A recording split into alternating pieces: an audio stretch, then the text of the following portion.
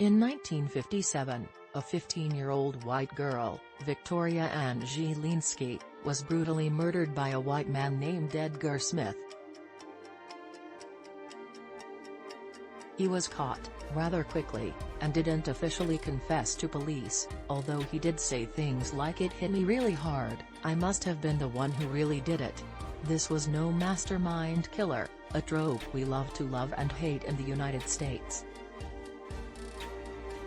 But this was a man in his early 20s who was married to a 19-year-old who had just birthed her baby, a man who kept getting fired from jobs he didn't seem to care much about anyway, and a man who had learned as a teenager that he could get away with violence.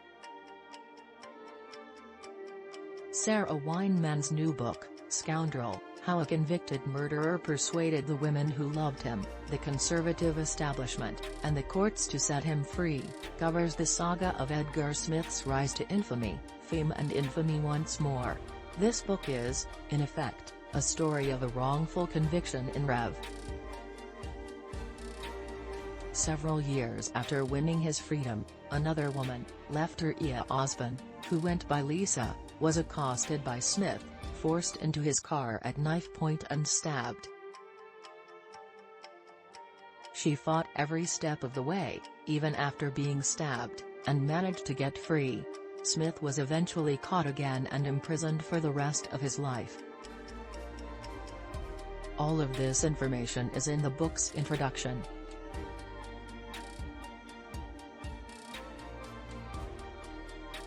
The narrative's goal isn't to grip readers using a what happens next approach. After all, Smith has a Wikipedia page, but rather to explore how and why things happened the way they did, and who helped him become one of the most famous convicted murderers of his time. The who is probably the most fascinating part of this story, especially the two central figures Weinman focuses on. The first is William F. Buckley Jr., a man who, as Weinman writes, would become synonymous throughout the world with the word conservative, and whom readers might not expect to come to the aid of a man like Smith, locked up on death row in New Jersey.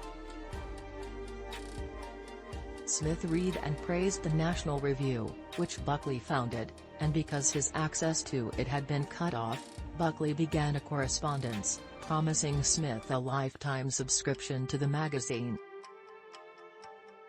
Soon enough, however, the two were dedicated pen pals, and Buckley was working to have Smith interviewed for the National Review, helping him find new lawyers for the ongoing appeals of his sentence and conviction, and putting his faith in Smith's professions of innocence.